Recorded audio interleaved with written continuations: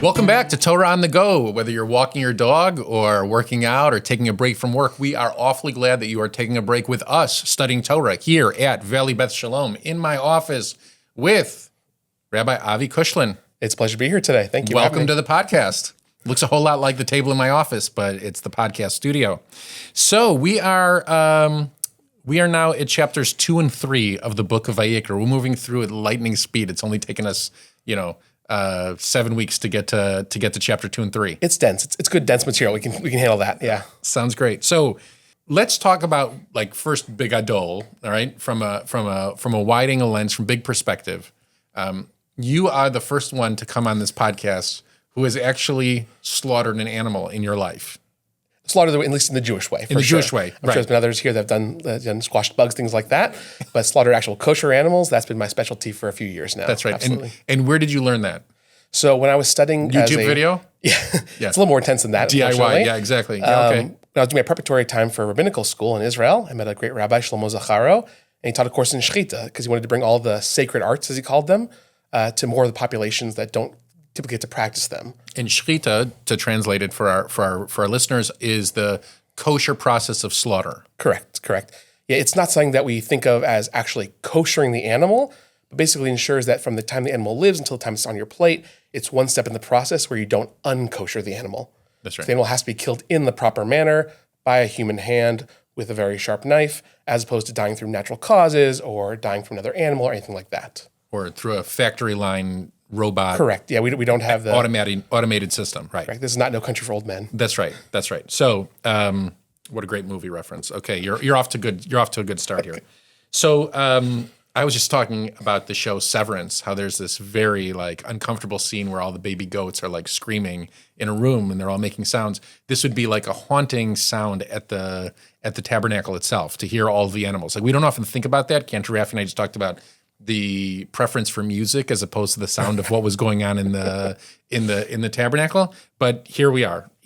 And you find the process of learning Shechita and performing Shechita as an actually inspiring, fulfilling process in of itself, not just the eating part like I do, but the actual process of preparing the animal. Yeah, I think one of the most important things about it is we take the idea of kashrut in general, which is probably the thing I do more than anything else throughout the day, is put something into my mouth. That's a chance to make an active Jewish choice every time I do that. So then if I take that one step further and I say, what's the whole process to get to that point? How can I experience a visceral sense of my Judaism? That's what kind of led me down this path.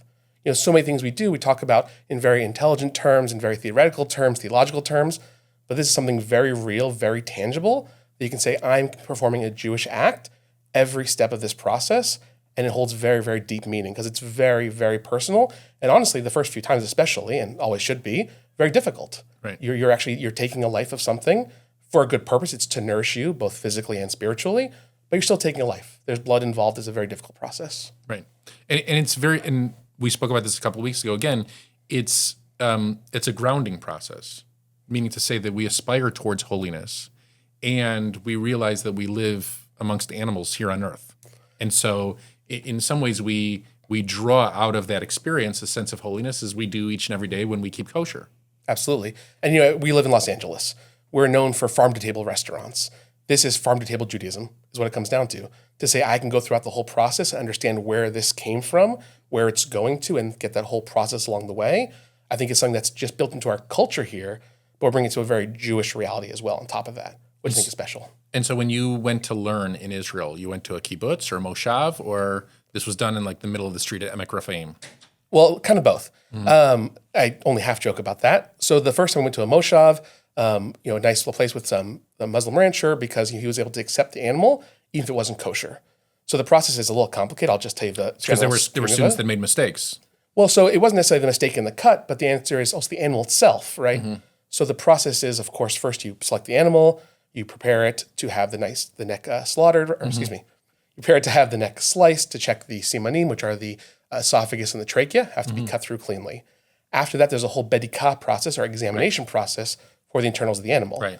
So assuming even if we made a mistake, The internals include like the lungs and all the different organs that are inside. Yes. correct. Primarily the lungs would be the number one thing. And now. every rabbi has to learn this process, but not every rabbi has to perform this process. So you decided to take it an extra step. So while I know the process, and I studied with Rabbi Roth in Jerusalem, the process, you decided to take the extra step and actually learn how to perform it yourself. You often hear those stories of like in the old country, the rabbi would get a chicken plopped on his desk before Shabbos. That's right. And say, is this kosher? Is this not kosher? Right. So they'd have to know it. Right. Doing is an entirely different thing, of course. Absolutely. Right. So this is a moment for a disclaimer to our audience. Like, please do not bring a chicken to my office before Shabbos. I will not know how to answer the question. I have no interest in answering that question for you. Okay, go ahead. Keep going now. Yes, please. Continue. So yes, the first time it's on this Moshav, we go there, we prepare ourselves, both just in terms of understanding the process for reviewing the laws of it, making sure our knives are checked, that they are chad v'chalak. They have a very sharp and very smooth knife. That's the standard for the halakha right now. They bring the animal out. You say the bracha over shechita. Now, I just want to go back. Chad v'chalak, right? Chad means sharp and chalak means smooth.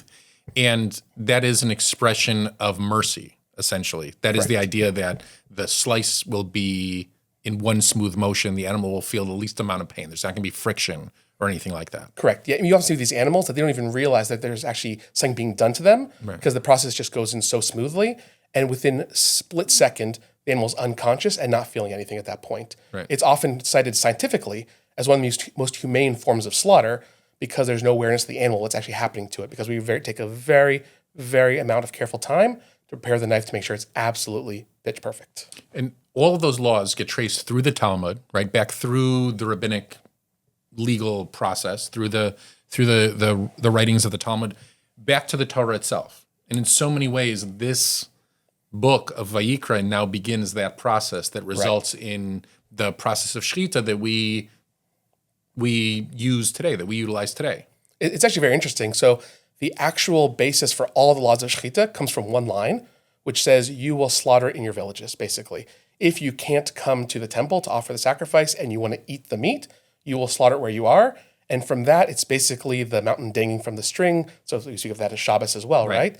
Where all these laws get derived from that. Some of them get derived from the descriptions of how the slaughter would be done at the temple, but all of the laws of actually how to check the animal, how to prepare the knife, how to do all these little intricate parts of the process are all kind of from Moshe at Sinai, right? They're part of the oral Torah, which gets codified in the Talmud. Very good. Okay. So chapters 1, 2, and 3 of the book of Vayikra, bringing it back to the Torah itself, chapters 1, 2, and 3, present to us let's call it a menu of different options of what to slaughter, how to create an offering at the temple. So just to review some of the words here, tson is sheep, kesev is goat, oaf is bird or fowl, solet is fine flour, ma'afa tanur is an oven baked, there's a pan baked, there's deep pan baked, which I think of as Chicago style deep dish pizza, and then there's melach, there's a salt offering. What do you think the logic is? And I think it's a beautiful logic, but let's talk about it for a minute, in creating kind of this menu of options rather than everybody who comes to the temple has to bring a massive bowl. Right, which would be difficult. Which bring that thing in that place there, right? You've been in the streets of Jerusalem. Imagine a bull running through those streets. Right, dangerous for everyone. Especially in the wilderness, in Sinai, to bring to the tabernacle toward the Ohel Moed. If you brought this, inside the fence of the tabernacle, you are steering this giant bull into the right. And I think it also has to do with just saying you kind of bring yourself as best you can.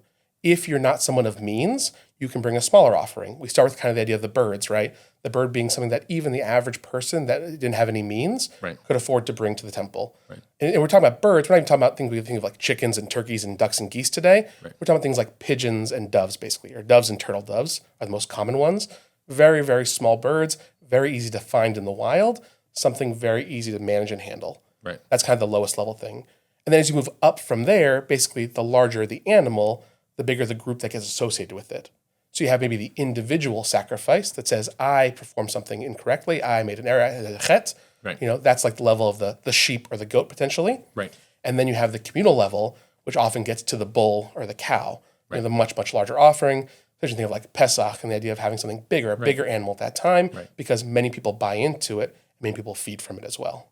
And so it was Abarbanel, the brilliant Torah commentator, who said that the Torah presents all these different options in a preferential ranking.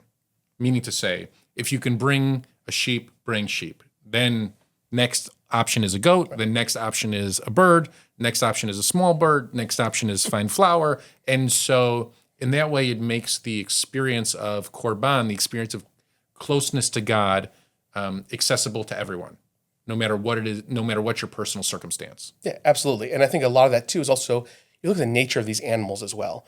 A sheep is a very domestic animal, very easy to handle, very gentle, and there's something very personal about that. And it makes it more difficult of a process to bring a sheep in the sense of you're taking more from your family and from your stock to bring a sheep to the temple. If you bring a goat, a little bit wilder of an animal. I know a few people are goat farmers these days, and they will tell you that they're some of the stupidest animals as well. No offense to anybody who loves goats out there. And no offense to some of the people who go ahead. Right. No offense to people who brought that as a sacrifice, right? But that's something a level down in terms of just the handleability of the animal and the nature of the animal itself. Yeah. Then you have the size difference as you get down to the birds. And I think it's really interesting is you have always the flour as the last thing there. If I may drop one of my fun facts I brought today. Please, go ahead. So my dad was obsessed with Samuel Johnston's English dictionary in 1755 because it was the first really comprehensive dictionary that did not define bread as the staff of life. Every dictionary to that point, that was the definition of bread, staff of life. It actually comes from further on in Vayikra, in chapter 26, it's referred to as mate lechem. It's a curse that God says, I will break the staff of your bread, you will not have enough food to feed you. And so ultimately what these early sacrifices do come down to is it's a food distribution system also to the Kohanim. Wow. As much as it is for the individuals bringing these things, it's for the Kohanim to feed them in the temple as well. And so as you go down these rankings, you say, even at the very least, if all you can bring is that fine mincha flour offering, you're still providing life to someone. This is still the essence of life, is even just to bring bread to the temple. Even if you can't bring an actual animal or the size of him with a bigger animal possibly. Right. I think we talk about that descending order, but still we get to that essence of what it means to have a sacrifice. It's always about the life of it and the giving of life to it. Right. That's beautiful. And I still can't get over the idea that your dad had a favorite dictionary. That's He could only buy the second edition, couldn't buy the first edition. Great loss in his life, let me tell you. I hope he managed to get past that.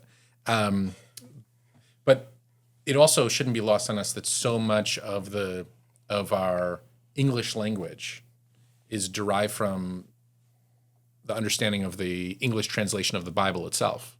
Correct. Right, and so the idea that mate lechem helps to inform what the definition is of bread.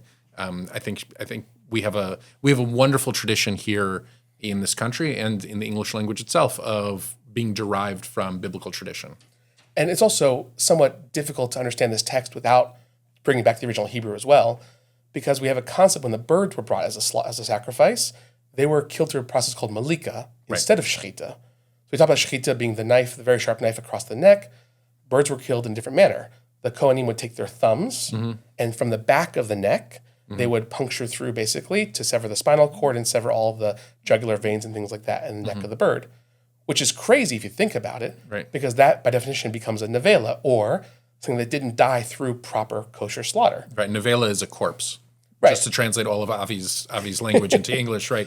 Nevela is a corpse, and so a corpse meaning to say if you found an animal that didn't die according to a smooth, sharp knife, technically that's forbidden from us. Like just walking around the street and you see a dead animal, a corpse of an animal, you're not allowed, according to Jewish law, to eat that animal, right? Because it didn't die with an intentionality for holiness to be eaten. Even if there is a shochet, a kosher slaughter, right, that is performing a slaughter act, and they mess up with the knife in some capacity, that's also qualified as a nevela. Right. Because anything that didn't die properly is a nevela, totally forbidden for consumption. And that animal that dies improperly, the reason that you learn to slaughter with a Muslim farmer is because that animal can be used as halal meat, basically. Correct. So if you then take a Barbanel's order of preferential custom and transpose it onto different religious custom, right? So kosher is the most restrictive. Then underneath that is halal meat, which is why if you're walking in the street of New York, for instance, Jews cannot buy food from a halal stand, but Muslims in New York can buy from a kosher stand because kosher is more restrictive than halal. Okay, trying to translate all of this, giving people footnotes. I tend to talk in yeshivish a little bit too much sometimes. That's You're saving me for myself, which That's is wonderful. Exactly right. But it's interesting. So But the burnt offering then can be eaten by the Kohanim in the temple only. It's restricted to that. So it's an interesting statement that says there, right? Even if something is done not in the way we intend it to be necessarily, or not in the way we think of as proper, there's still value to this life. And I say it's reductionist in a translation, Right. because if you read through the translation of the Torah, you're going to see it just says, you slaughter the bird. Right. You slaughter the sheep. You slaughter this. We don't think of all these different ways it's done. Right. And the different meaning between the intentionality of saying, I'm going to kill it with a knife versus my thumb in the front, in the back, and different ways it's handled. All of the offerings are intended to be, the phrase that's used often is olah korbano. And so, again, just to appreciate the Hebrew for a moment, olah korbano, to understand those two words, olah means to rise up, just like the word aliyah, to go up. Like we offer somebody an aliyah to the Torah, they come up to the Torah, even if you're all on the same level, longitudinal level. Right? Still There's spiritual no steps. uplift, even if it's Spiritual uplift, you move to Israel, it's aliyah, you're moving up to Israel. And this is an olah korbano, and korban in Hebrew is likrov, is to get close to God. So in essence, each of these, the goal of this process that's about to unfold in terms of slaughter is to move up in closeness to God. Absolutely. To move up in closeness to God. That's what olah korbano. In the Torah, in the Jewish version, in the art scroll that I've got open here, it's elevation offering. That's what olah korbano means, and I don't know that really captures that we're trying to move up in closeness to God. But elevation offering is the ultimate goal of this entire process, and I think it's actually the ultimate goal of our tradition. Is that with each and every aspect that we try to enact of the tradition, whether it be the sacrificial system, whether it be services today, whether it be keeping kosher, whether it be learning Jewish song, whether it be travel, studying the Torah, everything is olah korbano. That's the goal. Yeah, I mean, you hear people talk about kashrut. Like, well, it's because that's a dirty thing, or pigs had diseases. But that's not what it says in the Torah. No. The Word of God says, you shall eat these things because you are holy, and I want you to be holy. It's not about the quality of the animal. It's about the quality of all the choices you make in choosing that kind of animal, in choosing the way you process it, in choosing the way you consume it. To make a holy choice that says, your soul is at stake here.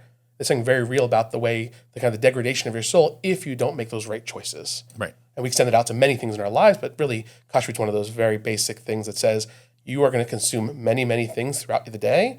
Make those conscious choices constantly throughout the day. And so kashrut really doesn't have to do with physical health. It has to do with spiritual health. And it has to, for lack of a better word, kashrut feeds into the very process of olah korbano, of raising up yourself in closeness to God. And so we aspire as a people to raise ourselves up, all of us, to be closer to the divine. Rabbi Kushlan, I can't thank you enough for joining me for this episode.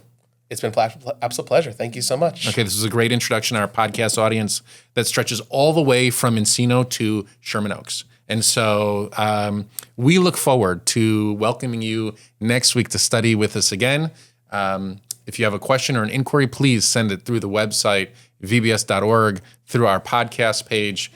We look forward to studying with you next time. Bye-bye.